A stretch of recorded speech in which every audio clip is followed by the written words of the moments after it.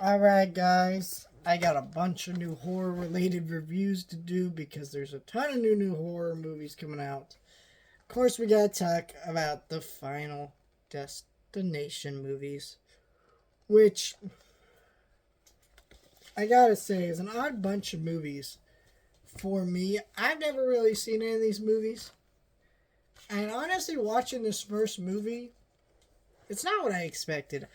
I kind of just assumed from concept of these things, just knowing what I knew about the concept of the Final Destination movies, they're a little more tongue in cheek and silly.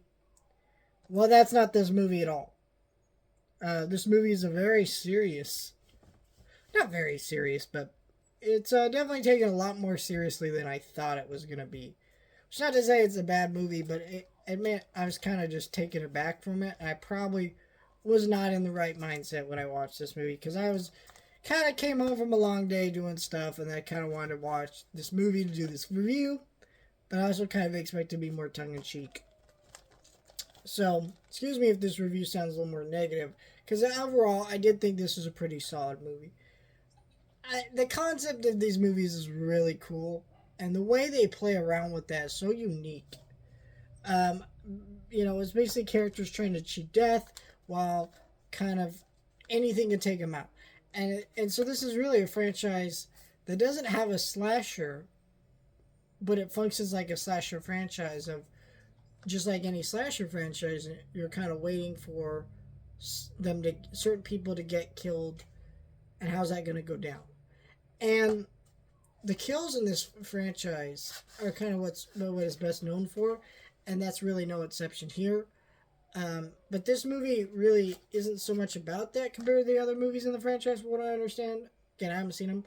We're going to go through these together. But this one is kind of more focused on just the drama of the situation, explain the rules of the Final Destination kind of scenario.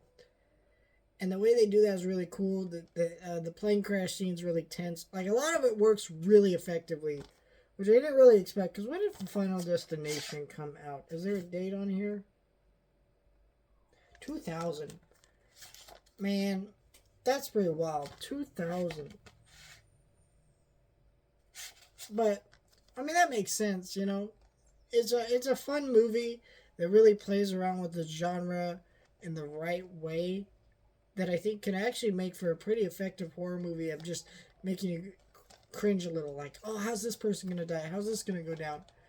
And not in a normal way that a normal slasher movie does.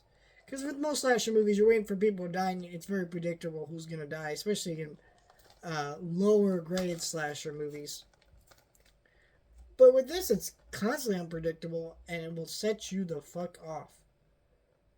I thought this movie really worked, and I was shocked by that. I'm excited to watch Final Destination Part 2 next week.